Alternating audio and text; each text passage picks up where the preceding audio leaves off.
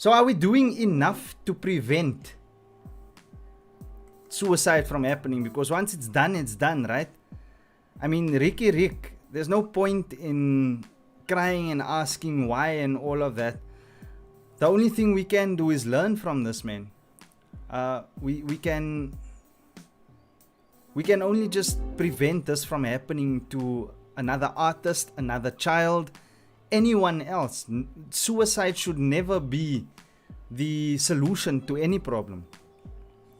Okay, but it's so prevalent these days. It happens every day, and it's happening way too frequently and too easily now. And it's just, people just pick up and move on, and have their own thoughts as to why. I know I was guilty of that as well. I used to look down. I used to say that people who commit suicide are weak. But are they really? Someone committing suicide or taking that as a solution, I've discovered has been abused in some way, shape or form. Right? So stay tuned as we unpack why this happened to Riky, or the 5 signs that he showed where he actually cried out for help, and it could have been prevented. That's all I'm saying.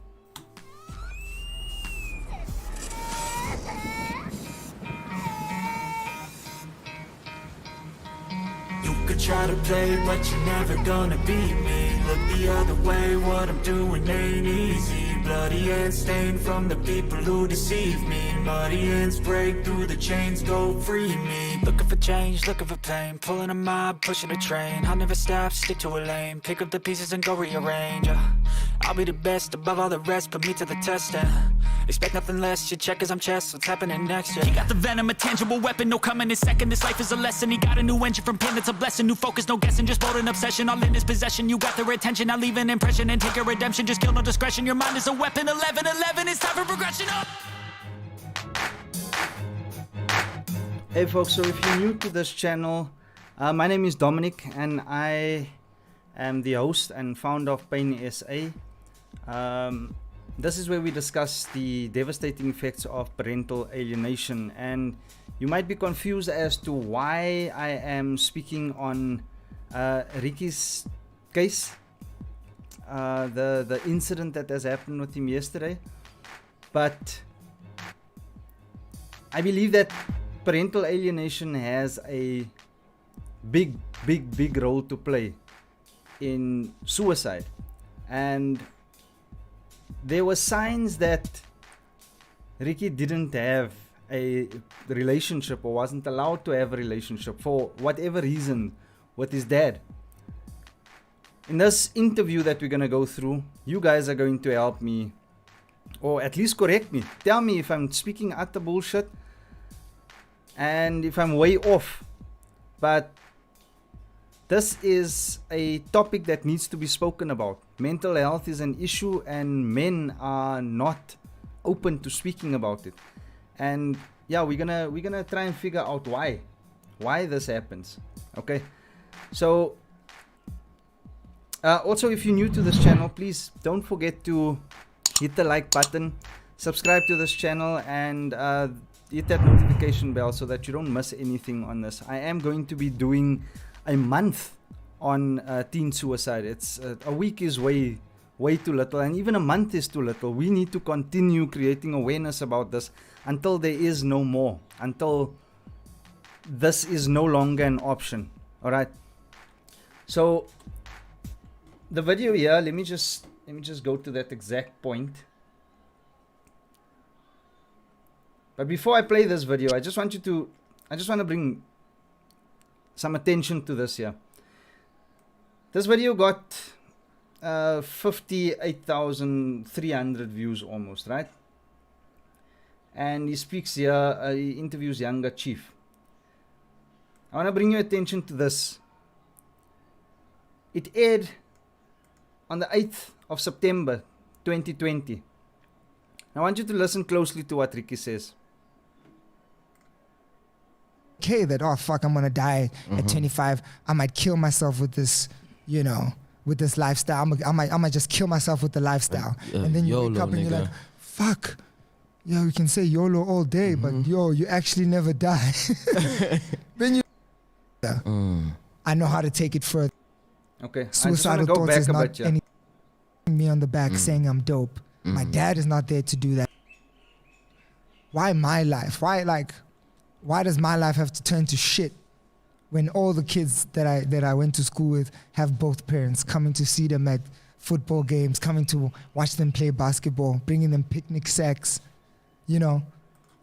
Okay. So this is one indication for me that he didn't have his parents around. I don't know if he's still going to mention, but he did mention in this interview that he was sent off to boarding school. So all he wanted to do is be with his father. Listen to what he says. I didn't get that, and I didn't get to see you after. So I was so angry, super angry. Even if you dig up some of my music was either very angry or upset or depressed, you know. So my depression took form in being angry at the guys who were doing it. Yeah. And I guess a lot of new artists or artists who haven't broken into the game might get those feelings sometimes. It's like, fuck, my songs aren't being recognized. I'm not being recognized. Why is nobody patting me on the back saying I'm dope? My dad is not there to do that for me. So I need it from y'all niggas. Y'all. Okay. So if you don't know, with parental alienation, obviously one parent isn't allowed to be in the child's life because of another. Now, I'm not saying that this man was alienated. I'm not saying that his mom alienated him from his dad, but he was alienated in the sense that he did not have that contact with his father. Right? Listen to how it affected him. Y'all niggas tell me I'm dope. You guys better tell me I'm dope. And you know I'm dope. You know, and if I see you wearing something that I wore last week, I got beef with you. You biting my style. You be killing niggas on the fashion You too. know what I'm saying? You know what I'm saying? Yeah. So all that anger, you know, for me, you know, I had that anger in me up until 25, you know. And I always said, this is my last album. Coming back to the question that you asked, I always said my first album will be my last album because I didn't expect to make it past 25. I didn't expect to make it past 26. For me, Sign number one. Well, sign number one was the fact that he admitted that he had depression, that he had anger, and now he's saying that he didn't expect to make it past 25, 26. That's the second sign. I here. wanted to go out young, like Tupac. I wanted to die young, like Tupac. I wanted to die like a Kurt Cobain. Suicidal thoughts is not anything new to me. Number 3.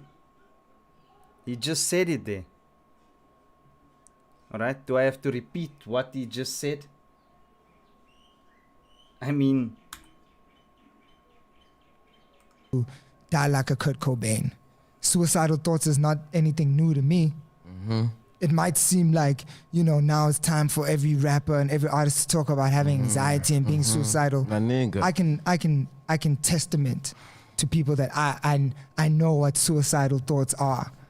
I know what trying to go through with suicidal thoughts is. I know how to even take it further. I know how to take it further. I've been there. I've been to that dark place. You know, we've swallowed the pills. We've done that. he just said we've swallowed the pills. We've done that. Does this mean that this man has not only contemplated suicide before, he's actually attempted it before? Again, I will say this could have been prevented. This video was 2 years ago. 2 years ago, people. Now people want to fall around and cry, oh, how did it happen? Why? Well, he told you 2 years ago. Whoever says they his fans, his friends, well, hopefully that you won't let this happen to anyone else. This man has been crying out. You know, I've been through that darkness. So that immortalization for me, it was something that made me feel okay to feel those emotions. I felt okay that, oh, fuck, I'm going to die at 25. I might kill myself with this, you know, with this lifestyle. I might just kill myself with the lifestyle. So he had feelings of hopelessness. It's another sign. All right, what are we on 4 now? You know what? I said, I titled this video 5 signs, but I can tell you there's probably a lot more just in this little segment here at the end of the show, where this man, I'm at a loss for words, people. And then you wake up and you're like, fuck. Yo, you can say YOLO all day, but yo, you actually never die. Then you're 23, I'm not dead yet. Okay, 24, fuck, I'm not dying, I'm not going. 25, I might get into the 30s here. I might get into the 30s doing this shit. Fuck it. Yeah. I gotta change my life. I gotta switch it up. And those examples that you bring up, I hate to be the one who makes it look some sort of way. Those decisions were made earlier for those brothers and sisters, they all would have still been here. All of them. Pop would have been here. Pac would have been here. Biggie would have been here. X would have been here. They all would have been here if they got there. I'm blessed. I'm happy. Like you said, happy to be here just because I got there. I got to see my kid born, and it changed my perspective. Oh, damn. There's a different way for me to live my... that's my happy to be here. It's like I wonder if this is the point where people thought that everything is okay with this man. So when someone speaks openly about not being afraid to die, not expecting to live, openly expressing suicide, saying, he said he's taken pills before, been there, done that, he can take it further. The birth of the child doesn't make all of that right. He needed to deal with what he just... I don't know if anyone spoke to him, if he had therapy, I don't know. All I'm saying is these are signs, people. It doesn't just happen like that. If I could put myself in his shoes, I would probably say that people just weren't listening to him. People were ignoring him actually speaking about. So it's like, what's the fucking point? When I do speak, no one listens anyway. So I have to deal with my own shit anyway. So I internalize it. And there's a part in here where he actually says that that's what he did. Let's carry on. An afterlife, not in a sense, but I can't believe that I get to live this life or this much of it. I just want to, first of all, thank you very much, bro. What you've just said to me, it's, and I've always, I guess it now makes sense to me why I've always just referenced or mirrored your story, in terms of you as a human being on their own. There's no amount of help you can get from anyone that can make you something you weren't destined to be. It's only because you're destined to be that. I made a hit song called Tatako. I don't have a father. I'm not a father. At the time when I made it, I'm not a father, And the role and the importance of fatherhood, I also have the same problems. I had an older brother who's a year older than me. I remember when I was a kid, I wanted to learn how to drive, But everything my brother did, I was there in the backseat while they were teaching him. Yeah, tell the clutch, man, and I know what to do, But you know what? I'm just going to pretend I ain't seen nothing. And then next year, my dad's going to teach me and I'm going to show him. Because he's shouting at my brother. I'm going to show him that me, actually, I got it. When that year came, you know what my dad said? No, man, ask your brother to teach you. You know what I mean? And that was how the rest of my life was with my dad when he was around, And I'm also a manifestation of, I don't know if I can say manifestation, but I'm a continuation of his story. And I felt there was a point where my dad came to Joburg and never came back. So from 12 to 15, this nigga never came back. He came to Joburg, he called us for the first year. Yo, we're gonna It's all good. It's gonna be great in Joburg. Trust me, you're gonna go to this and that school. Yeah. I'm setting it up, boys. You know. And then Joburg just hit him, dog. Knocked him out, and he sacrificed my relationship or our relationship with him. You know. And so now, like, my story is so similar to him, you know? And I can't escape it, like, and I don't want to escape it because the person that I felt was more hard done by than even me was my mom, right? And my mom is the person that told me to never speak like that about my dad. Always hold him in high regard, you know? Continue his story. She showed me his legacy and things that I should have learned from him. That's so hard. That's so hard to fucking do. You know?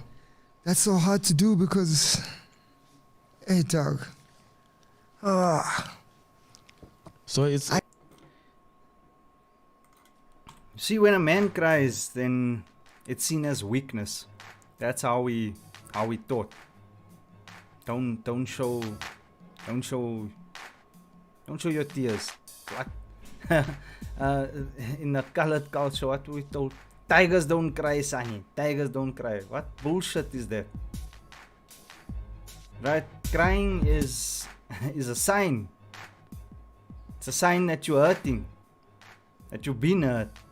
Internalize that, and it just festers. It rots. It builds up until you explode. So, just me giving my opinion here. We need to start talking about these issues. Yes, it feels uncomfortable, but would you rather be comfortable, right? Avoid the discomfort and then one day hang yourself? Because that seems like the only logical option, because no one's listening. Come on, people, we need to speak. You need to encourage, you need to also listen. Many a times people want to speak out, but then instead of someone just sitting there and saying, just listening and sharing and crying together and not trying to advise all the time. You know, everyone's a fucking psychologist these days. Even psychologists just sit there and listen. They get you to talk about your feelings and come up with your own solution. Well, that's as far as I can remember. Just had one session really, 1 or 2 sessions with a psychologist. But yeah, man, mental health should be a priority. It should be main priority. Like I said, a week for suicide prevention. Really? It's fucking ridiculous. I get a shit. It's so much of that. Like, the importance of a father, dog, in a family is unmatched. It holds the same weight as a mother.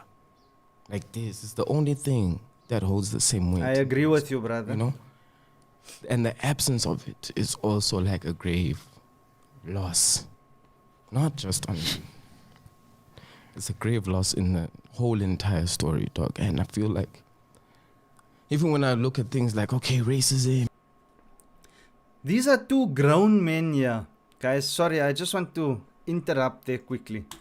These are 2 grown men now sharing their feelings about not having a father in their life. And they telling the importance. So here's a message to you malicious mothers. Right?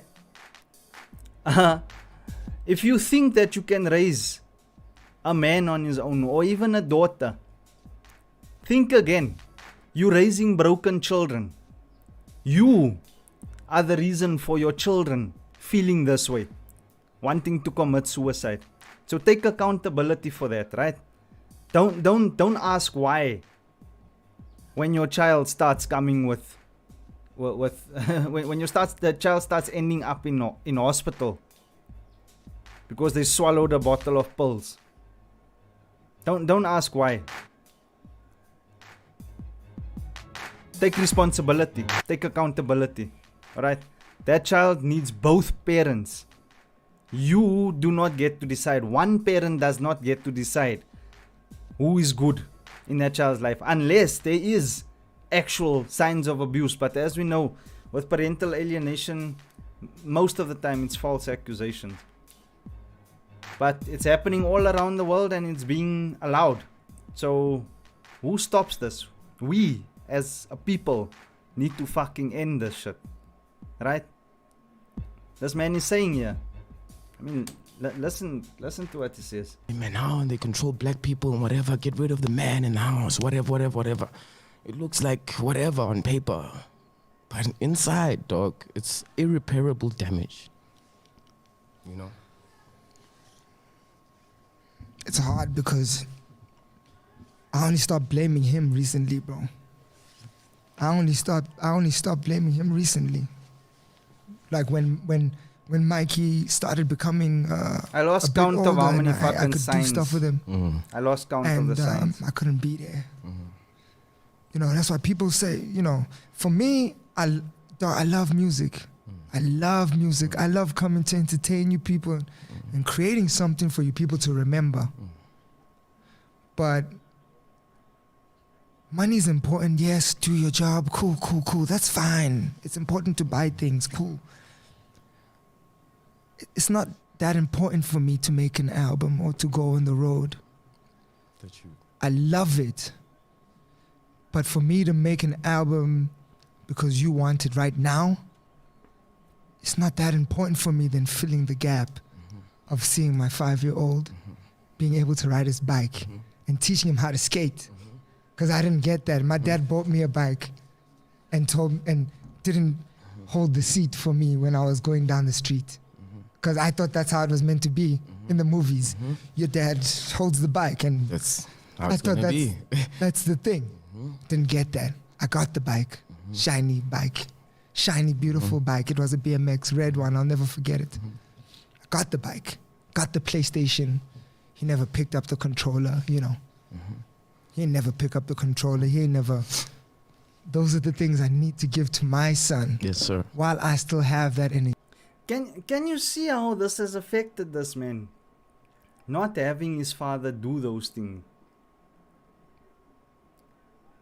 Buying the bike is not the experience. It's not what the child loves the bike, yes, but they want the experience of being taught by their dad. But women are removing the father, and the system is helping them. Okay? Again, I'm not trying to make it seem like this man has been alienated, but he didn't. He's clearly saying here that he wanted an experience with his father and he couldn't have it. Guess what? Alienated children want the same. They can't. They don't have the opportunity. In fact, they are told that your father does not love you. He's abandoned you. He doesn't care about you. How does that make that child feel? Can you imagine the anger that stirs up in him? Or her? Because I've given y'all my energy. Yes, sir. Whether you choose to accept it or choose to look at it as something that's valuable for you or not, I've given you my energy. I've gave you all of it. Forget just jumping on stage and trying to make a building come alive, which is a job that only 1 in a billion people can do. I've given you the time. I've told you my story, given you my vulnerabilities. You judge me harshly when I give it to you. You treat it like it's nothing. You throw it on the floor. You know, I don't want that anymore. I'd throw away the 1 million followers. Just give me 10,000. That's what Scoop always tells me. Say, my dog, I would throw away the 1 million for the 10,000 that actually cares about the life that you have to live, the life that you're trying to create, the example you're trying to set. And I ain't perfect, but all those things that I didn't get, I want to get done. That's it. And then I'm good to go. I thought it was the album. I thought it was the award. I thought it was the plaque. And then till I got that shit, I didn't even put it on the wall. You know, didn't even put it on the wall. It doesn't look nice in my living room. Fuck that. I need a Nelson Makam on my wall. That's more valuable to me than the plaque. You know, the work is done and it's affected people's life. But with Big Zulu saying that of that thing and the journey To get there. award, and I don't think it's even based on the album the right way, bro, and I commend you for that, and that you deserve. There's something You he says deserve here that. in the end. Not I just for wanna the get to that project, but point. for everything that. So there's something he says here in the end. I just want to quickly get to that point. But I hope I'm making my point here, people. That, you know, we look at the surface level stuff. No, what people are telling you. This man was suffering on the inside. He was dying on the inside. He had to put a smile on for the entertainment industry, for his job. He can't let his fans know that he's depressed, he's dying inside. And unfortunately, I've reached the end of my time here. So I just want to play this last little bit. I know I made timestamps of this video, but you know, watching this just made me think, if only we knew more about mental health and the signs of suicide, maybe we could have stepped in. Fans, family, friends, people could have reached out and said, hey, you know what, we're here, we're listening, whatever you want to say it whenever, doesn't matter. Speak, get it out there, let's work it out together. I don't know, maybe he did have it. Something tipped this guy over. We look into the other things that could have. Right, so I see on social media that the other day he posted a video of him and his wife dancing, and people were making fun of it, saying that she doesn't look happy and all of that. Yes, that's what you call a tipping point, right? It's something that just pushes them over the edge. But before that, he's already been depressed. He's already given up hope. I mean, this is 2 years ago, like I said. So it just takes that one trigger moment to say, you know what, fuck this life. No one loves me. Why should I bother? And that's what happens, right? So listen, just be open to listening. I just want to play this last part quickly. 2020, yo, yeah, I'm so emotional. Yo, 2020, and I'm proud of you, man, and I'm proud of you on the level that I might not always be able to show it, and we're talking about it with Big Zulu, saying that you know, Big Zulu was doing those freestyles. He's been doing that same routine for 10 years, looking for the break. And now he's made it, and he's somebody people know and people respect. He's got the records, and he's still pushing. He doesn't hold any animosity. He's not bitter. He's not bitter to everyone who didn't see the magic that was going to happen. And I'm really proud and really happy.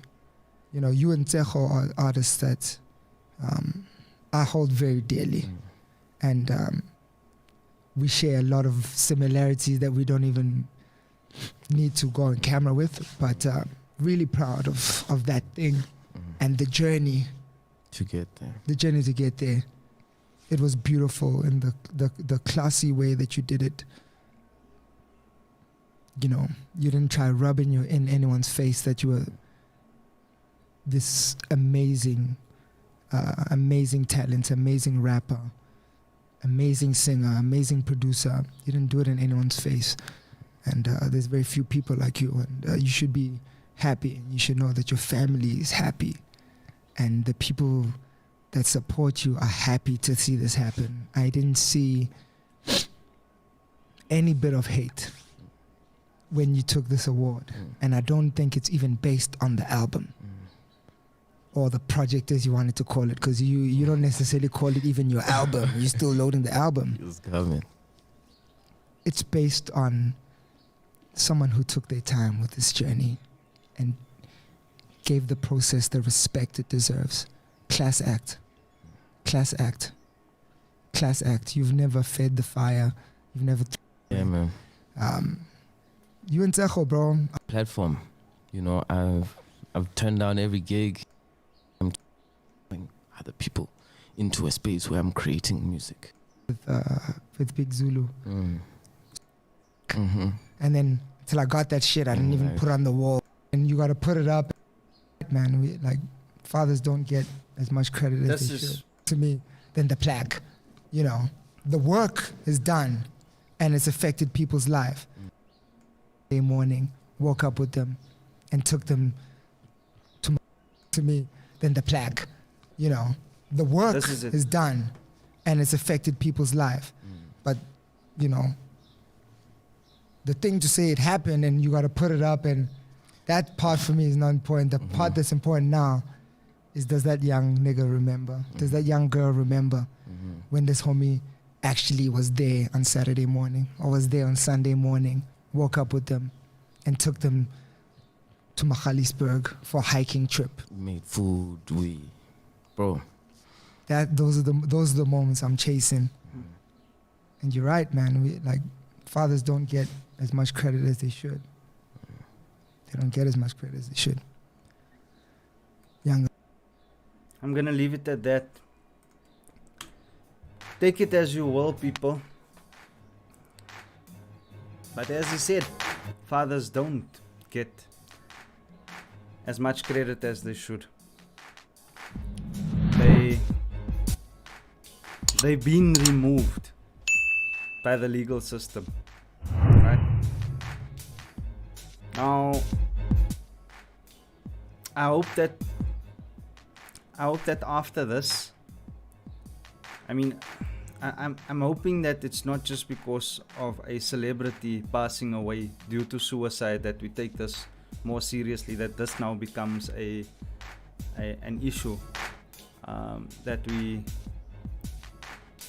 aware of now all of a sudden. It's been happening all around us all the time, and this man has shown signs 2 years ago. That interview was 2 years ago. We need to come together as a people. We need to stop laughing. I mean, I'm gonna go into that. I'm gonna make another video about him being laughed at with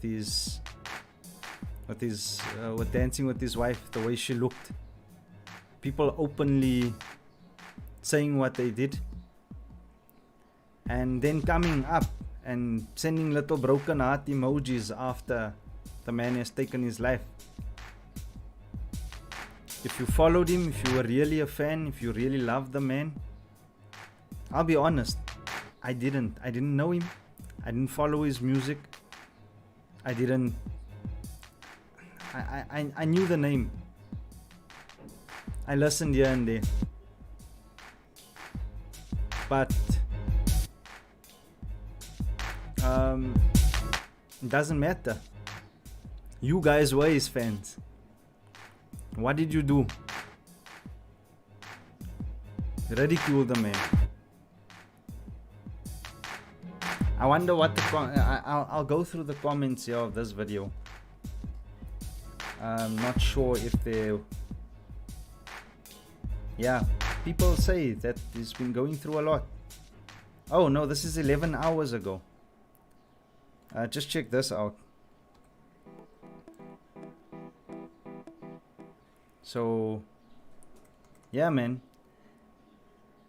Even if you're not going through it yourself, I hope that we start looking at it. That this needs to be campaigned. It needs to be drilled into people's heads, like COVID was. Like the need for having a vaccine. That's how suicide prevention should be marketed to people. That's how serious it is. Okay, that's it from me, guys. I'm actually preparing for another show now at 10 a.m. This is now back on Facebook. This is something that we scheduled, so I'm sorry you need to bounce between two platforms. But yeah, this is bringing now awareness to the back to parental alienation, following a story of Chris, and he has been appealing his parenting plan. He's just back to give us a quick update as to what is happening there.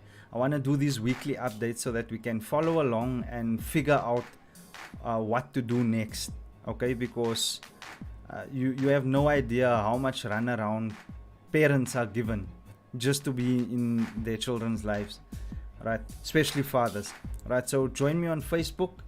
I'll be going live with Chris in about 7 minutes. I've got back-to-back lives today that I need to catch up on, guys. So yeah, I'll see you over on Facebook. Don't wanna be fast asleep when they scheming. Better stand tall, ready for a fight, believe me. And when they try to change, you can say no.